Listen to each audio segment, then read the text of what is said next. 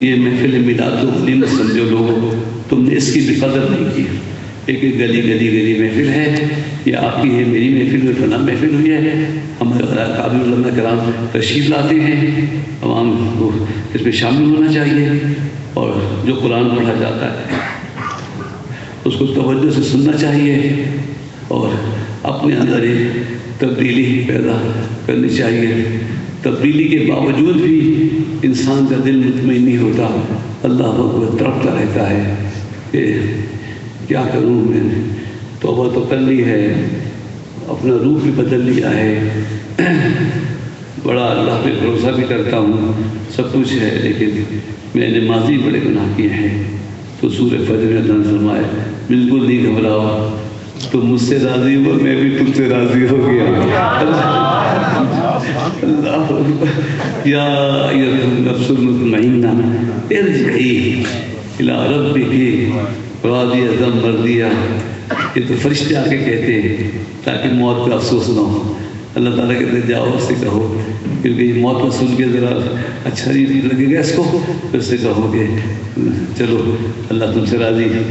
پھر اللہ کی طرف سے پیغام آتا ہے، آواز آتی ہے، فادخلی فی عبادی وادخلی جنتی، آؤ میرے بندوں میں شامل ہو جاؤ اور میری جنت میں شامل ہو جاؤ۔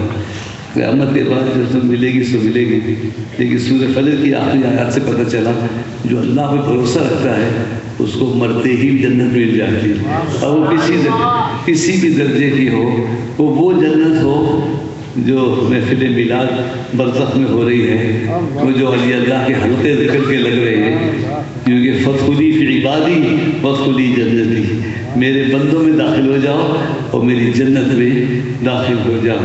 اللہ اکبر۔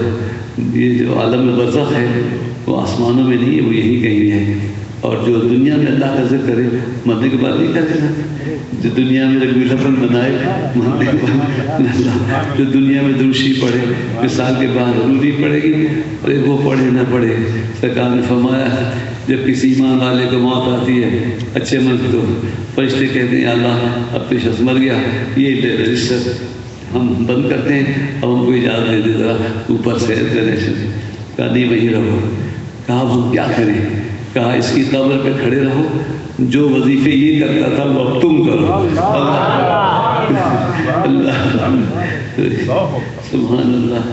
پتہ مجھے شعر یاد نہیں رہتے، مطلب کھٹکا نہیں رہتا، مجھے جب یاد آتا ہے میرا کون والی ہے، اصل اللہ نے کہا نا خدا کی قسم مجھے حشر کا کھٹکا ہی نہیں رہا ہے جس دن سے یہ پتہ چل گیا ہے کہ میرا والی کون ہے، میرے سفارشی کون ہے، میرا شفیع کون ہے۔ اور وہ شعر بڑا اچھا ہے کہ بروز حشر شفاعت کریں گے چن چن کر، ہر ایک غلام کا چہرہ حضور جانتے ہیں۔ یہ معجم کبیر کی امام طبرانی کی حدیث کتاب میں حدیث ہے، تو شیخ تو انہوں نے ترجمہ نہیں کی۔ سرکار نے فرمایا میرے اس حجرے کے سامنے میری پوری امت کو پیش کیا گیا اور میں ایک ایک امتی کو پہچانتا ہوں۔ سبحان اللہ۔ خاموشی، کوئی اعتراض نہیں، کوئی سوال نہیں، ایک ایک امتی کو قیامت تک آنے والے امتی کو حضور پہچانتے ہیں۔ سرکار نے فوراً فرمایا کوئی سوال نہیں، کوئی اعتراض نہیں، نہیں صحابہ کرام بڑھتا ہے حیرت میں، خوشی میں ہوں گے کہ ساری امت کو حضور پہچانتے ہیں۔ تو سرکار نے فرمایا آدم اپنی پوری نسل کو پہچانے اور